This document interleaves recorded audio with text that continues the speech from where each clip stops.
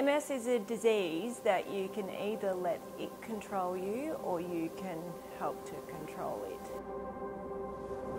This is a story about multiple sclerosis. This is a story about multiple sclerosis. This is a story about multiple sclerosis. This is a story about multiple sclerosis. A story about an unknown disease.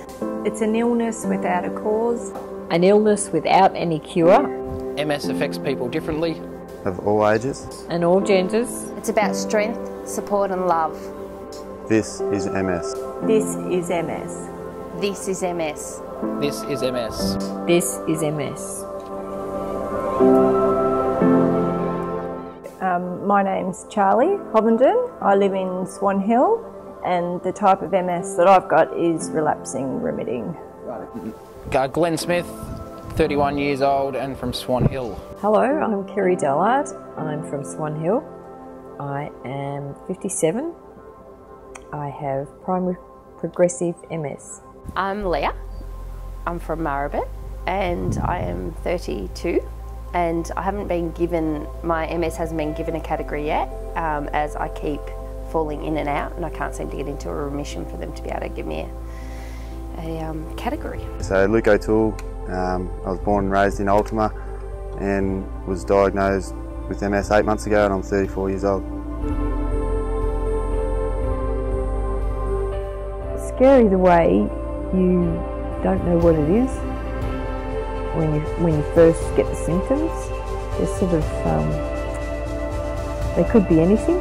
Lots of people have lots of different things with MS. No two people are the same. It's one of them things where anything can happen at any time. It's a nervous system thing, so my first episode was the function of my eyes. I just woke up one morning and my alarm clock was flicking from side to side. MS is a disease that affects the nervous system, which in my case has resulted in several episodes of numbness down half my body, so that's the way it's affected me. But the biggest struggle is my balance. My balance, whether I'm going to run into a pole or trip up a step, or so I'm continually focusing on the ground. My right side of my body went numb, so at training, running, couldn't feel the ball hitting your foot, you couldn't feel your foot hitting the ground, and said there always something's not right. I've got it in my legs, in my arm and my eyes, and it affects your bladder and your bowel. And of course these are things that people can't see. It all went down. It was amazing how, I know it's just the country living, I think, that being involved in football clubs and community as much as we are, everyone sort of was pretty concerned, and yeah, it really helped us out. We got in the car to travel home and had a little tear on the way home, thinking the worst, but as you look into it more, it's all, you can live with MS. I try and stay positive towards MS. It is very hard sometimes to not just quit. I believe positive thinking has a big part to play with this disease. But as I said in the past, I really believe we will find a cure, so I have to stay positive. There will be a cure for MS. And I know sometimes positive mind doesn't beat MS, but it's my belief. It would mean my independence back, which that is something that's taken away. It wasn't that long ago. I actually woke up, it was probably last year, and I just woke up one morning and I decided, I'm sick to death of this disease. I don't want you anymore, you can just go away. Nothing's changed. My neurologist says keep doing what you're doing. This was 5 years ago when we first met her. She said you'll have to start treatment, but it won't change your lifestyle too much. Yeah, there's no point beating yourself up about it. There's a lot of people worse off than me, and yeah, I'm young and fit, and hopefully that helps it. Yeah. Well, I don't want to give up. I want to keep doing what I can do for as long as I can. Once I actually got the diagnosis, I was so pleased because I could finally start using a walking stick to help me bloody walk, and it was great because then you can actually start to deal with it.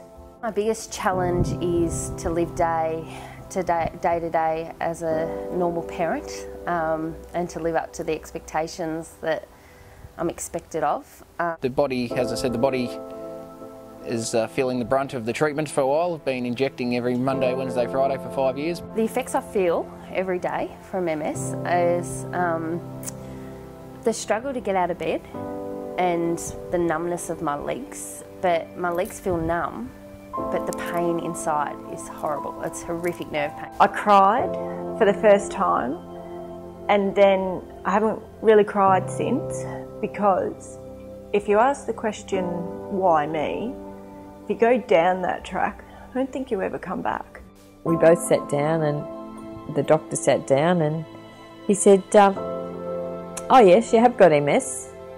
We both looked at each other because we didn't know anything about MS. Not knowing much, as I said, I didn't know much about the whole disease, and I guess I had Rachel with me when the doctor, Ken, in which he told me what it was, and I didn't have many questions because I just sort of froze for a while, and Rach asked all the questions. I struggled to deal with it, only based on I didn't know if my eyes were going to come back and whether I was going to be like that all the time. It's unrelenting.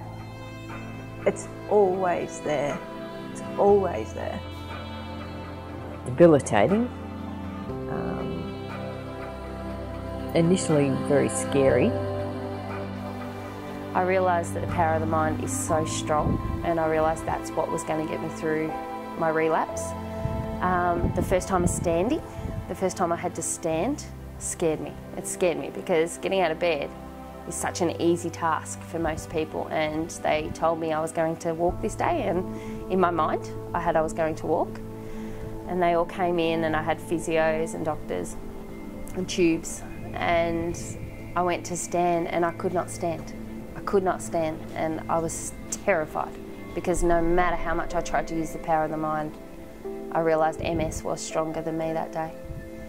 I try to stay positive on a day-to-day basis because I know that's important. Some days you're not as positive as others, you get a bit down, but most days I try to stay as positive as I can about it because there's a lot of, it could be worse.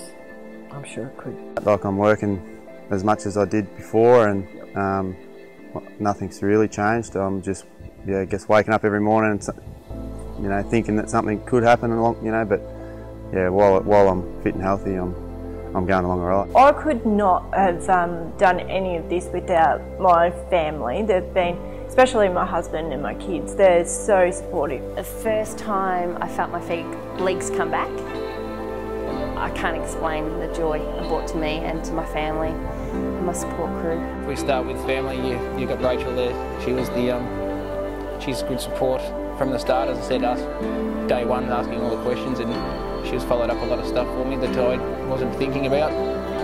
So family, friends, everyone, and that's, the more it gets out there, the more people that take an interest in your story, and I guess there's more people now in Swan Hill that have MS that I ever knew. The positive for MS to me is the fact that there's more and more awareness out there. As for the symptoms, there's no positives. I wouldn't wish it upon my worst nightmare, and it's a bitch. It really is. You have to let people help you. You can't do everything on your own, because as the disease progresses, and it will progress, you will need more help. Having MS has taught me to ask for help because I know there's a lot of people that wouldn't mind helping me. Our kids, they do things that, especially Hayley, that 10-year-old girls should not have to do. She can go in and she does the shopping on her own. She can go through self-serve, she mops floors, she sweeps them, she cleans, these are normal things that a 10-year-old girl should not have to do. I'm still playing football and riding my bike when I can. And I go back and think about it all, maybe it was all part of what was going on. I do hope to play again, but I'm not caught up on it that much. Don't let MS rule your life. You rule it. Because otherwise, if it takes hold of you, then you will. If you want to die, if you want to sit there and lay in a corner and roll over, then you will. But if you don't want to, then you won't.